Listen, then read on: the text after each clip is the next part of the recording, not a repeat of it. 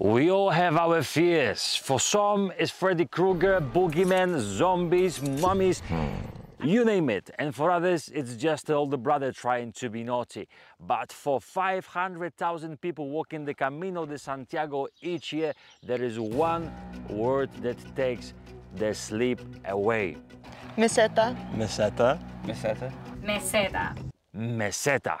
People decide to skip it. People don't even want to talk about it. People decide to avoid it on all costs. And actually, there is even a syndrome called the Meseta syndrome, which is still not scientifically proven. So today we're gonna go into figuring out what's going on with this stretch, never-ending part of the Spain, which people call the Bermuda Triangle of Camino de Santiago. Let's figure it out now. It's hot, it's brutal, it's flat. If you're seeking diverse, interesting landscapes that change every day, like the Pyrenees, you're not gonna get that. Man, there's a lot of points where it feels like you're in a Windows screensaver, you know, just like the green pasture and there's just like nothing. And then multiply that days at a time. For me, it's crazy for my brain. It's completely not what I expected at all. Also because people here have referred to it as like a desert, and it doesn't seem like a desert at all. In the middle of Spain, where the famous Camino de Santiago passes, just when entering Burgos, the never-ending zone starts. Meseta is a highland plateau that is used to cultivate wheat, sunflower, potatoes and many more. You can find them all over the world in Nigeria or China. Temperature here during the June and July can get until 50 Celsius and the water is not as supplied as in other places. So many of people walking the Camino decide to skip this part, but we will try to give you 3 easy tips that will help you to understand and survive Meseta. So being ginger or blonde on Meseta, it's double trouble. As you can see, it's not easy for me. And the best option that I found so far is to have everything covered. We're learning from people from Asia, Korean, South Korean, plenty of them here on Camino de Santiago, and Japanese, and they all covered from the bottom till the top. And I'm not far from that, I have to tell you. So I have a long sleeve, and actually until here, as well I'm all covered from the sun. Beautiful stroke cut, and if it's orange, it's even better. That's the way to survive the Meseta by Ricky. Erica! Erica's way to fight the heat is definitely waking up in the morning. She's such an early bird, and a part of that she uses the umbrella with the UV protection. And by the way, if we find any of the shade, we're gonna use it, we're gonna rest. And if you're still not subscribed to the channel, what are you waiting for?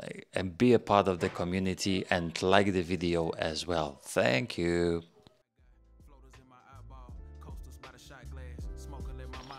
The human body is made of 70% of water, blah, blah, blah, blah.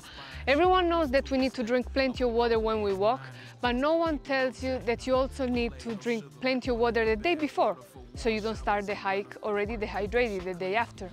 And there are many of the good advices that we get from our subscribers. There's a Peewee giving us a good tip about water, as well as a Joe Foreman about electrolytes, a Joe from Hamburg, and Francesca. Thank you so much, and thank you for being with us. In order to avoid dehydration, consider sipping often instead of drinking plenty of water once in a while, so you are continuously hydrated. And you can do that if you have a camelback or if you can have the bottle in a way that you can easily reach it. Even in La Meseta, you'll find a lot of water fountains when you go through the villages, but make sure you plan ahead when you walk from Ista to Calzadilla de la Cuesta, because there are 17 kilometers with no water, no shade, no bars, nothing. So plan ahead on this long stretch. Let's be honest, guys. You can get a lot out of Camino de Santiago and Meseta in particular. And you will have a lot of thoughts, fears, worries, breakthrough that you will want to write them down. So this is why we designed this journal for you.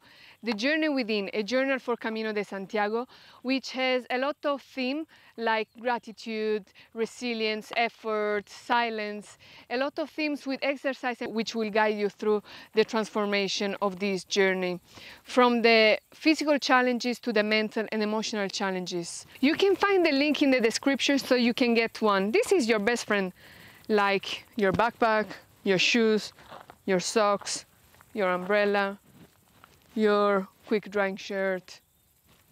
Take it. And why do you think that people skip it? I think that people skip it because they think it's monotonous, but I was saying earlier that I met someone at an albergue owner from here.